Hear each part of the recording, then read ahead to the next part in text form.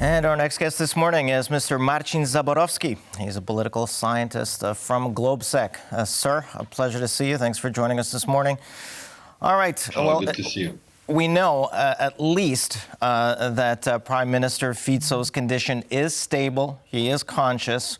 And since we know this, the blame game is on already.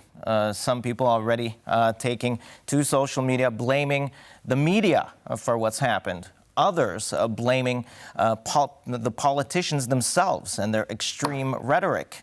What's your take on all of this?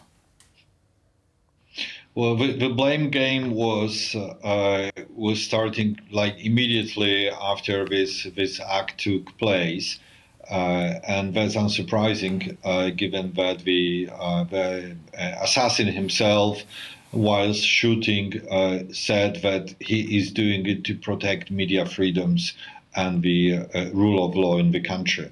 So that's unsurprising that almost immediately after that, the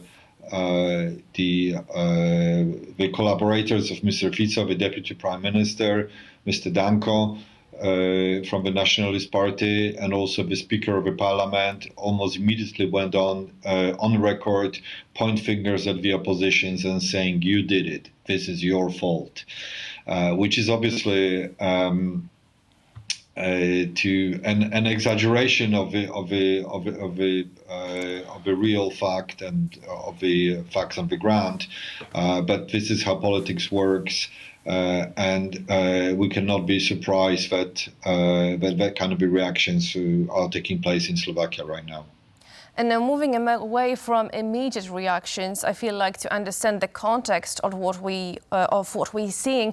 Now let's explore perhaps the political background, because Slovakia faced some corruption scandals and Fico's tenure has been marked by controversies. So how do you think Fico's absence now might impact Slovakia's political stability?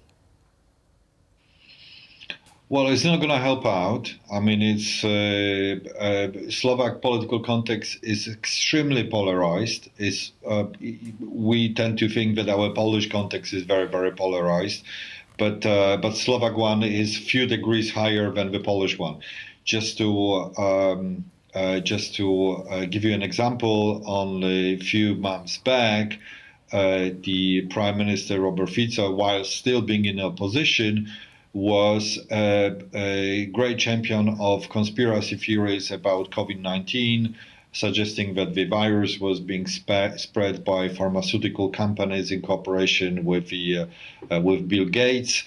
He was also strongly supporting the narrative of President Vladimir Putin, and he was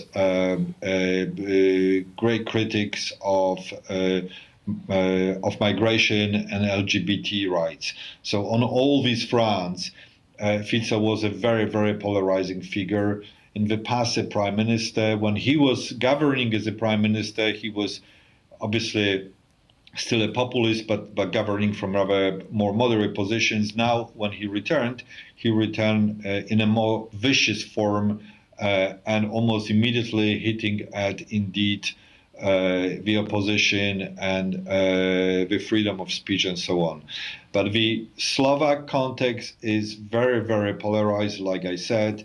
A big portion of the population is openly pro-Russian, has never really accepted the Western consensus, has been very anti-NATO. You have anti-NATO posters all over Slovakia. So the context is very different than what we are used to in this country.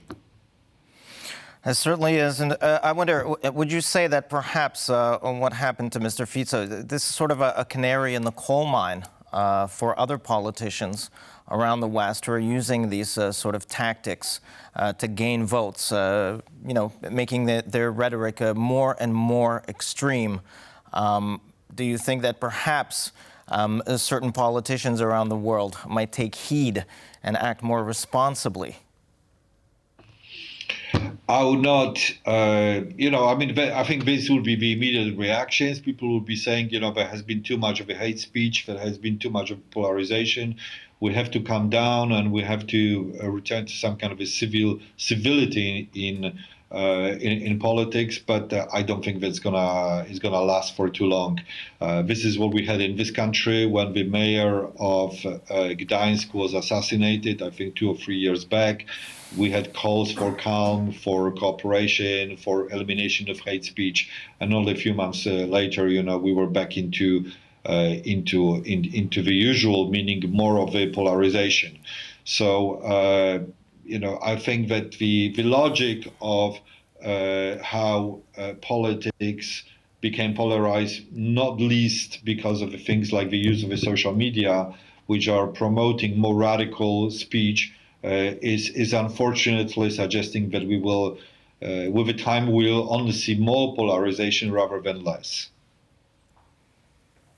Pretty bleak outlook, at least for the immediate future.